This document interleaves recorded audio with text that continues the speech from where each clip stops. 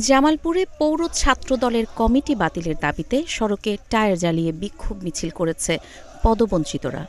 ২৪ December বুধবার রাত ৯টার দিকে শহরের গেট পার থেকে দয়াময়ী মোড়ে এসে বিক্ষোভ মিছিলটি শেষ হয়। পরে টায়ার জ্বালানো হলে আধা ঘণ্টা সড়কটি অবরোধ হয়ে থাকে।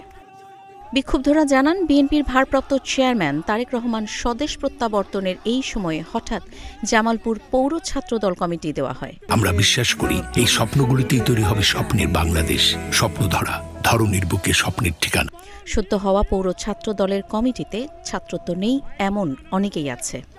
ত্যাগী নেতাদের বাদ দিয়ে এই পকেট কমিটি তারা মেনে নেবেন না। এই কমিটি বাতিল না হলে আগামীতে আরও বড় আন্দোলনের হুঁশিয়ারি দেন তারা। যে জামালপুর শহর ছাত্র দলের যে কমিটি, সেটা ছাত্রদেরকে না দিয়ে ফল ব্যবসায়ীদেরকে দিয়ে আমাদের এমপি প্রার্থী এই একতরফা পকেট কমিটি করেছে। জামালপুরের ছাত্র সমাজ, জামালপুর শহর শাখা, জামালপুর জেলা শাখা এবং কি জামালপুর জেলার প্রত্যেকটা কলেজ শাখার সকল ছাত্র সমাজ এই কমিটিকে অবিলম্বে প্রত্যাহার দাবি জানাচ্ছে। কাজী ইশরাত জাহান দৃষ্টি, নাগরিক প্রতিদিন।